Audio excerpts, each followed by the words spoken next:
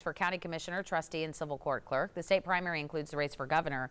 This week on 10 News Today, we're introducing you to the leading candidates for governor. WBIR 10 News reporter Katie Inman explains how candidate Beth Harwell feels about some of the hot issues for this race.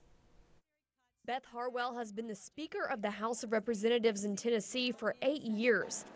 She's running on the Republican ticket and believes that her experience and track record are what set her apart from the other candidates. I think I have instead of just promises, I actually have a performance that voters can look at, and I believe that I have a conservative, responsible voting record for the people of the state of Tennessee to review. Harwell is the only Republican in the Tennessee governor race that has come out in favor of medical marijuana. I have heard enough from constituents and citizens of our great state that there is legitimate forms and reasons why we would use marijuana for medical reasons.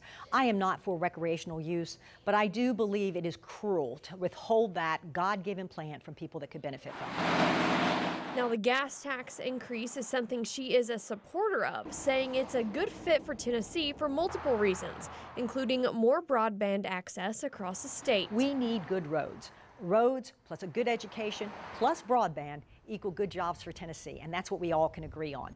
So we've put more money in our infrastructure budget for broadband. There are certain areas of our state that simply don't have access, and we know it's necessary not only for businesses, but also for children to do their homework.